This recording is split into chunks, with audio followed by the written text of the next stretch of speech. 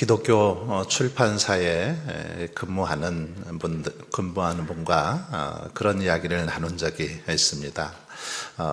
이분들은 책을 낼 때, 특별히 전도에 관한 책을 낼 때에는 책 제목에 전도라는 단어를 사용하지 않는다고 합니다. 일부러 그렇게 한다는 거죠. 왜냐하면 전도라는 단어를 이렇게 넣어서 책 제목을 만들면 잘 팔리지 않는다고 합니다. 그래서 전도라는 단어를 빼고 다른 표현으로 책 제목을 그렇게 만든다라는 이야기를 들었습니다. 어쩌면 이만큼 전도가 좀 어렵기도 하고 또 사람들에게, 우리 그리스도인들에게 부담이 된다라는 그런 이유 때문이죠. 여러분, 저 역시도 이 전도라는 단어 사실 편안하게 다가오지만은 않습니다. 그래서 전도에 관한 설교를 준비하거나 또는 전도에 관한 행사를 준비하는 게 쉽지만은 않습니다. 하지만 그럼에도 불구하고 전도에 관한 설교를 하고 또 전도에 관한 행사를 계획하는 것, 그것은 다른 이유가 없습니다. 우리 주님께서 전도는 가장 기뻐하시는 사역이고 또 우리 주님의 지상 최후의 명령이기 때문입니다. 오늘 본문 바로 큰 잔치의 비유에 대해서 기록을 하고 있는데 이 비유를 통해서 주님은 전도의 아주 중요한 그런 원리를 가르쳐 주고 있습니다. 전도하는 데 있어서 아주 중요한 원리를 오늘 본문에서 가르쳐 줍니다. 본문에 보면 식사에 초대받은 사람 가운데 한 사람이 예수님의 이렇게 교훈을 듣고 그렇게 말하죠. 하나님의 나라에서 떡을 먹는 자는 복되도다. 이렇게 이야기를 합니다. 무슨 말일까요? 이 말은 유대인의 그 사고 방식을 잘 보여주는 그런 표현이다, 말이다라고 말할 수 있습니다. 유대인들의 메시아 사상, 이들은 굉장히 민족주의적인 그런 사고를 가지고 있었습니다. 독선적인 그런 사고를 가지고 있었죠. 그래서 자기들은 주님께서 오실 때에 오직 자기들만이, 자기 민족만이 하나님 나라에 들어갈 수 있다, 이렇게 생각했습니다. 그래서 이렇게 말한 거죠. 그런데 예수님께서는 이 말을 계기로 큰 잔치 비유를 통해서 하나님 나라에 참여할 자가 누구인가를 그에게 말씀하고 있습니다. 우리에게 말씀하고 있죠. 진정으로 하나님 나라에 들어갈 사람, 하나님 나라의 그 잔치에 참여할 사람이 누구인지를 오늘 본문을 통해서 가르쳐 주고 있습니다. 즉 스스로 아브라함의 자손으로 자처하면서 구원받았다고 자부하는 유대인들이 아니라 하나님의 사랑과 은혜의 부름에 응답하는 자들, 바로 그들이 하나님 나라의 잔치에 참여할 수 있다라고 그렇게 말씀하고 있습니다. 오늘 본문을 보시면 이 큰 잔치 비유에서 잔치는 바로 천국 잔치를 상징합니다. 의미합니다. 주인은 하나님을, 그리고 종은 예수 그리스도를 포함한 신구약의 모든 하나님의 사람들, 하나님의 사자들, 종들을 가리킵니다. 오늘 본문에 보면 세 번의 초청이 나타나는데 각각 그걸 살펴보면 다음과 같습니다. 먼저 잔치에 제일 먼저 초대받았던 사람들, 그들은 당시 스스로를 아브라함의 자손이라고 자처하며 구원받았다고 생각했던 유대인들을 가리키죠. 주인은 손님들을 미리 초청하고 준비가 다 되자 종들을 보내서 그들을 데리고 오라고 그렇게 합니다. 그러나 그들은 여러 가지 이유를 들어서 잔치에 참여하기를 거절합니다. 어떤 사람은 밭을 이제 사서 밭을 보러 가야 하니 갈 수 없다, 거절을 합니다. 소를 샀기 때문에 소를 시험해 봐야 돼서 가지 못한다. 또 어떤 사람은 장가를 갔기 때문에 갈 수 없다라고 모두가 거절합니다. 이들은 이런저런 핑계를 대며 잔치에 가기를 거절하죠. 첫 번째 초대된 이들이 다 초청을 거부하게 되자 이번에는 두 번째 초청이 이루어집니다. 그 대상은 시내의 거리와 그리고 골목에 있는 가난한 자들과 소외된 자들입니다. 즉 이들은 멸시받고 천대받았던 창기와 세리 같은 그런 존재들이라고 말할 수 있습니다. 그러나 이들은 비록 그 사회에서 인정받지 못했던 그런 존재들이지만 하나님의 사랑과 은혜에 응답하게 되죠. 그 초청에 응하게 됩니다. 그래서 하나님 나라의 영광을, 하나님 나라에 참여할 수 있는 그런 영광을 누리게 된 걸 볼 수 있습니다. 이들은 자신들의 연약함, 이 비참함을 알고 하나님의 사랑을 감사함으로 그렇게 받아들였기 때문입니다. 그런데 두 번째 이 초청에도 불구하고 여전히 자리가 비어 있었습니다. 그래서 세 번째 이제 초청이 이루어지는데 그 대상은 길과 산울타리가로 가서 이제 산울타리가의 사람들이었죠. 이들은 유대인들이 구원받으리라고는 전혀 예상하지 못했던 바로 이방인들을 말합니다. 하지만 이방인들은 구원의 복음을 순수하게 받아들이죠. 구원의 복음을 받아들임으로 새롭게 하나님의 그 나라에 참여하는 그런 은혜를 누리게 되는 것을 볼 수 있습니다. 여러분, 누가는 이 비유를 통해서 유대인의 완악함에 대해서 지적을 합니다. 뿐만 아니라 누가복음의 중심 주제인 소외된 자와 이방인들에 대한 관심을 보여주고 있는 것을 알 수 있습니다. 여러분, 예수님은 이 본문의 큰 잔치 비유를 통해서 우리에게 중요한 아주 몇 가지 교훈을 가르쳐 주고 있습니다. 이 시간에는 함께 살펴보면서 은혜를 나누고자 합니다. 오늘 말씀을 통해서 우리는 중요한 교훈을 배우게 되는데, 첫 번째는 하나님께서 명하시면 종들은 어디든지 가야 된다라는 사실을 가르쳐 주고 있습니다. 하나님이 명하실 때 하나님의 종들, 이들은 어디든지 가야 된다라는 사실을 가르쳐 줍니다. 17절을 보시면 주인은 잔치 준비가 완료가 되자 종을 보내서 이미 이렇게 초청을 받았던 사람들에게 이것을 알리라고 하죠.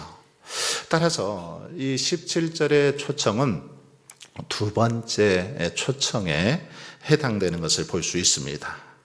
그런데 이 종은 처음 초청받은 자들의 거절로 인해서 어떻습니까? 시내 거리와 골목을 헤매야 했습니다. 나중에는 빈 잔치 자리를 채우기 위해서 길과 산울타리가로 돌아다녀야 했죠. 이처럼 종은 주인의 명령을 이행하느라 많은 수고를 하고 있는 그런 모습을 볼 수 있습니다. 그는 수많은 사람들을 찾아다녔죠. 찾아다니면서 잔치의 소식을 알려야 했고, 또 이들의 아주 지루한 여러 가지 그 핑계들을 다 듣고 있어야만 했습니다. 게다가 그것도 모자라서 시내의 거리와 골목을 다니며 가난한 자들과 몸 불편한 자들과 맹인들과 저는 자들을 데려와야 했습니다. 한마디로 말하면 이렇게 몸이 불편한 장애우들을 데려와야 했는데 이들을 데려오기가 쉬웠을까요? 어려웠겠죠. 요즘처럼 자가용이라도 있으면 자가용으로 데리고 오지만 그 당시 그렇게 할 수도 없었습니다. 그들을 데려오기 위해서는 곁에서 동행하고 부축하고 또 어쩔 때는 업고라도 데려와야 되는 그런 상황이었습니다. 더구나 더 멀리 산울타리가로 가서는 사람들을 데려오느라 강권하는 일까지 해야 했던 것을 볼 수 있습니다. 그러니 여러분, 얼마나 힘들고 어려웠겠습니까? 종들의 수고는 너무너무 힘들었죠. 계속해서 여기저기 돌아다니면서 그렇게 잔치에 초대를 했지만 다 거절하는 그들을 향해서 계속해서 이렇게 그 명령을 수행하고 있는 걸 볼 수 있습니다.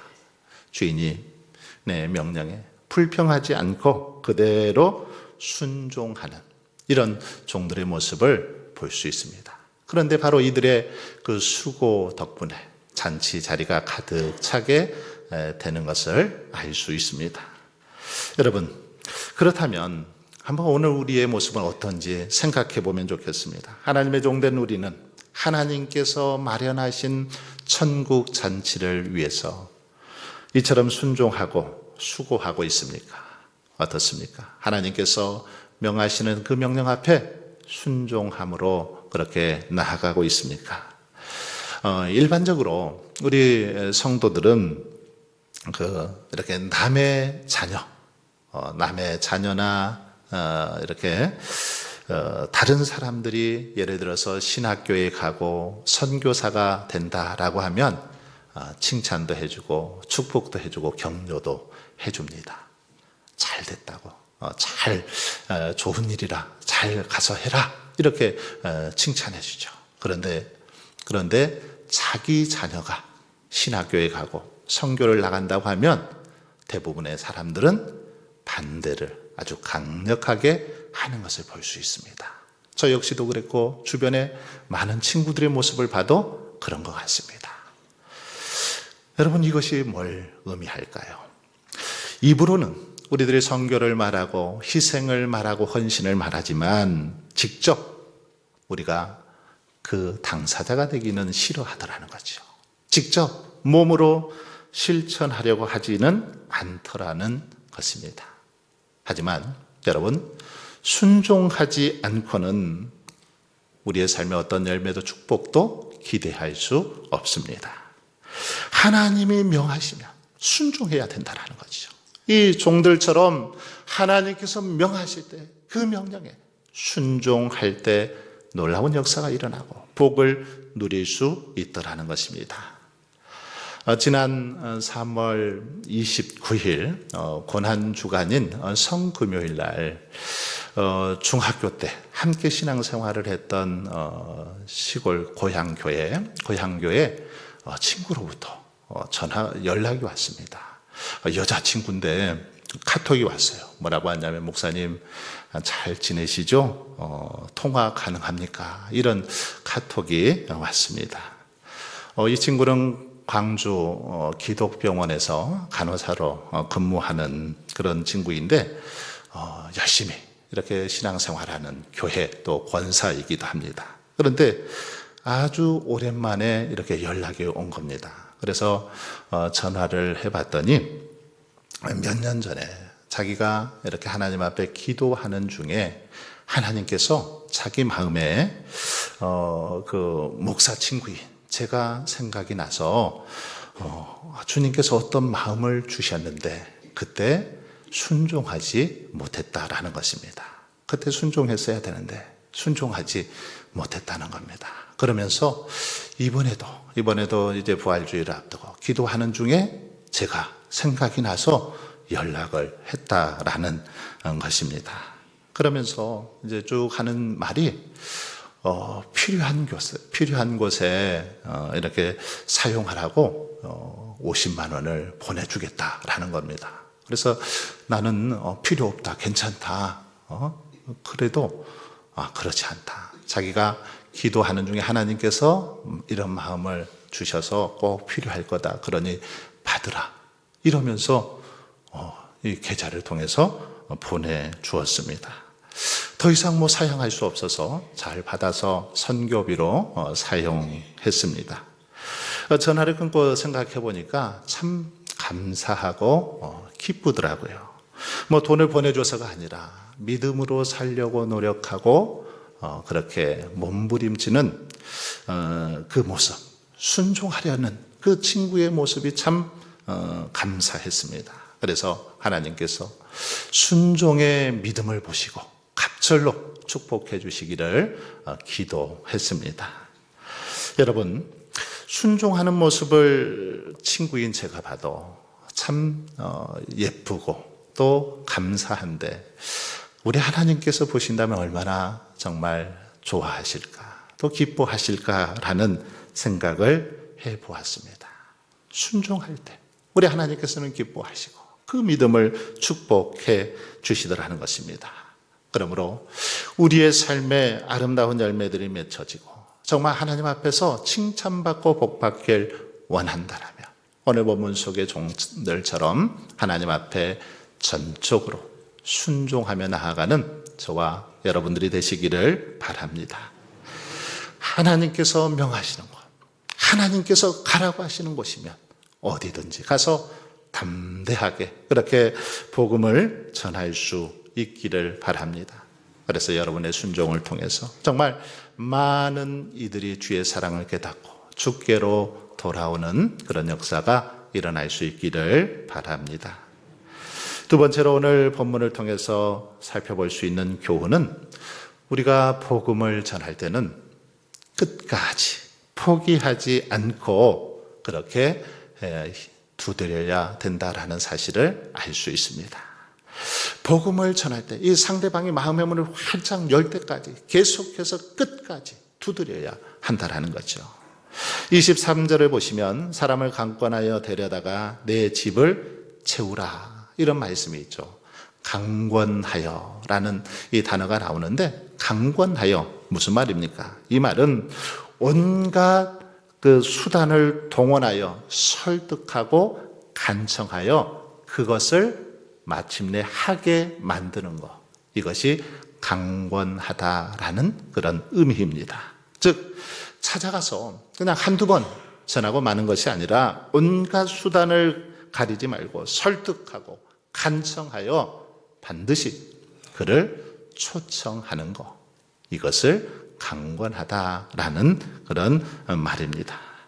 이것은 어떤 폭력이나 무력을 사용하는 것이 아니라 마음을 돌이킬 때까지, 그가 마음을 이렇게 돌이켜서 끝까지 이제 그 초청의 자리에 올 때까지 설득하도록 노력해야 된다라는 것입니다. 따라서 이 비유에서 주인이 종들에게 사람을 강권하여 데려오라라고 명한 것은, 먼 지역에 사는 사람들, 멀리 사는 사람들은 거리나 환경적인 이유 등으로 잔치에 오는 거 주저할 것이기에 그들이 이해하고 납득할 때까지 끝까지 설득하고 권면하여 데려오라, 이런 말입니다. 강권하여 내 집을 채우라, 이 말은 끝까지 포기하지 말고 가서 그들을 설득해서 데리고 오라, 이런 명령이라는 것입니다. 여러분, 우리는 사람들을 강권하여 데려다가 하나님의 잔치 자리에 앉혀야 할 그런 사명을 가진 종들입니다. 하나님의 잔치 자리에 사람들을 데려다가 앉혀야 되는 그런 사명을 가진 사람들, 오늘 저와 여러분입니다. 이것은 저와 여러분에게 동일하게 맡겨진 사명이고, 우리들이 하나님 앞에 서는 날까지 마땅히 감당해야 될 일이기도 합니다. 물론 우리가 제대로 복음을 전했음에도 불구하고 그들이 거절한다면 그건 별 수 없습니다. 그것은 우리의 책임이 아니죠. 그것은 그들의 책임일 것입니다. 그러나 우리가 전하지 못해서 그들이 복음을 듣지 못하고 구원받지 못한다면 그 원인, 바로 우리에게 있는 것입니다. 그러므로 우리들은 기회가 있는 대로 그들에게 복음을 전해야 하고 그들을 강권하여 하나님의 자리에, 잔치 자리에 초대해야 합니다. 여러분, 이 강권하다라는 말을 이 전도와 관련해서 이해를 하면, 이방인에게 복음을 전할 때, 사람들에게 복음을 전할 때는 그들이 여러 가지 이유 때문에 주저할 것이므로 복음을 영접할 때까지 최선을 다하여 설득하고 권하라 라는 그런 의미로 우리가 해석할 수 있습니다. 복음을 전할 때 그들이 여러 가지 핑계를 대면서 주저할 것이기에 최선을 다해서 끝까지 설득하고 간청할 것을 권면하는 그런 말씀이라는 것입니다. 그런데 여러분, 어떤 사람들은 이 말에 이렇게 반문할지 모르겠습니다. 아니, 기독교는 인간의 자유의지와 개성을 존중하는 그런 종교인데 어찌 그렇게 강권하는 방법으로 사람들을 움직이려 합니까? 예수님도 사람의 그 마음의 문을 두드린다고 하셨지, 문고리를 밀어제치고 억지로 일부러 그렇게 들어온다고 한 적은 없지 않느냐, 이렇게 반문할지 모르겠습니다. 물론 우리 주님께서는 마음문을 강압적으로 그렇게 억지로 열고 들어오시는 분은 결코 아니죠. 하지만 그 말씀을 잘 보시면, 계시록 3장 20절 말씀을 잘 보시면 주님께서 문을 한두 번 두드리다가 돌아가셨다, 이런 기록이 없습니다. 주님께서 문을 한 번, 두 번 그냥 두드린 다음에 돌아가셨다, 이렇게 기록하지 않습니다. 아마도 주님께서는 그 사람이 마음의 문을 활짝 열고 주님을 영접할 때까지 계속해서 두드리고 인내하고 또 참고 기다리셨음을 볼 수 있습니다. 왜냐하면 주님은 사람들을 천국 잔치에 초대하여 함께 먹고 마시기를 너무나 원하시기 때문이죠. 그러므로 우리들은 복음을 전할 때 그냥 한두 번 전하는 것으로 만족해서는 안 됩니다. 한두 번 전하고 신용만 내다가 말아서는 안 된다라는 거죠. 성도들 가운데는 몇 번 증거한 후에 상대방이 거절을 하면 그렇게 생각을 합니다. 하나님이 택한 사람이 아닌가 봐, 하나님의 뜻이 아니야, 아직 때가 안 됐어, 이러면서 너무 쉽게 우리는 포기해버리는 그런 경우들이 많이 있습니다. 하지만 하나님은 여러분, 그처럼 당신의 백성들을 쉽게 포기하는 분이 아닙니다. 그렇지 않습니까? 하나님께서 너무 쉽게 우리를 버리셨다면 우리는 아마 일찍이 버림받고 또 구원받지 못했을 것입니다. 왜냐하면 우리는 그러한 사람들보다 훨씬 더 완악하고 하나님의 뜻을 계속적으로 거역하는 사람들이기 때문이죠. 여러분, 복음을 전하여 한 영혼을 새롭게 하는 것, 구원하는 것, 전도하는 것은 사도 바울의 고백처럼 해산의 수고와 같습니다. 한 영혼을 주께로 인도하는 것, 이것은 해산의 고통과 같다라는 거죠. 아이를 낳아보셨는데 아이 낳는 게 쉽습니까? 아이 낳는 거 정말 사경을 헤매는 그런 고통의 과정을 겪어야만 합니다. 10개월 동안 먹을 것, 또 이렇게 하고 싶은 거 마음대로 할 수 없습니다. 인내와 희생이 없이는 해산의 기쁨을 누릴 수 없습니다. 한 영혼을 구원하고 전도하는 것도 이와 같습니다. 한 영혼, 너무 쉽게 구원한다면 얼마나 좋겠습니까마는 결코 그렇지 않더라는 거죠. 그러므로 저와 여러분은 상대가 마음의 문을 열 때까지 끝까지 계속해서 두드리고 또 두드려서 정말 강권하여 그들을 주께로 인도할 수 있기를 바랍니다.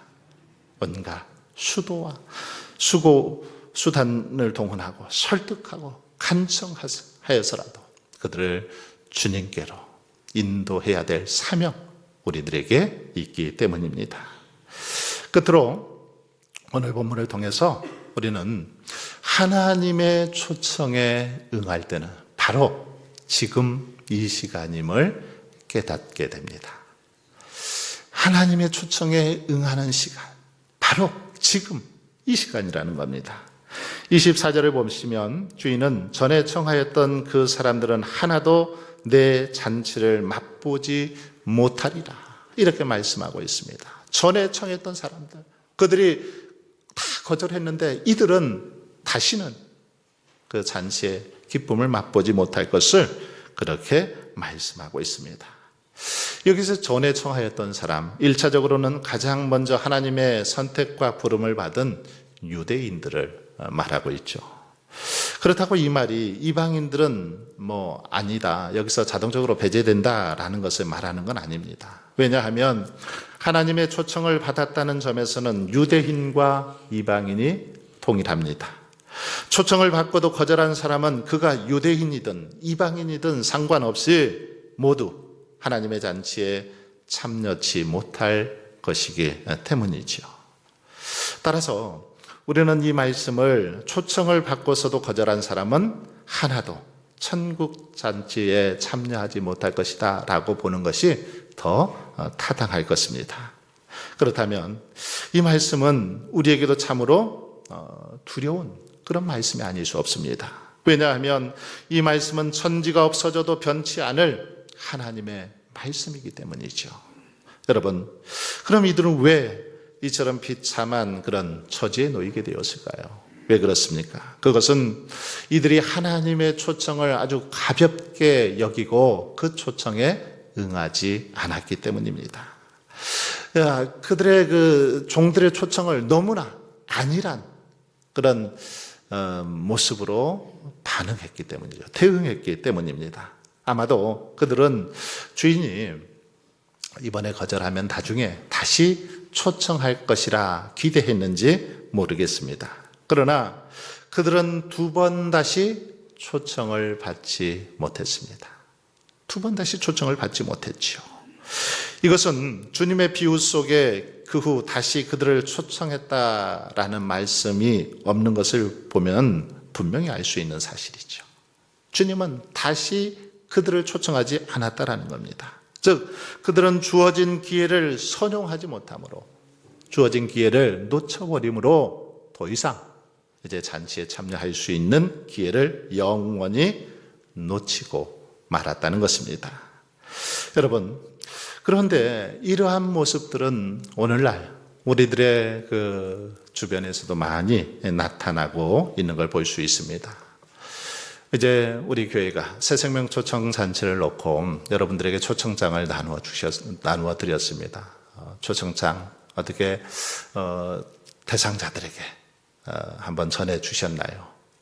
그들의 반응이 어떻습니까? 그들이 네, 갈게요.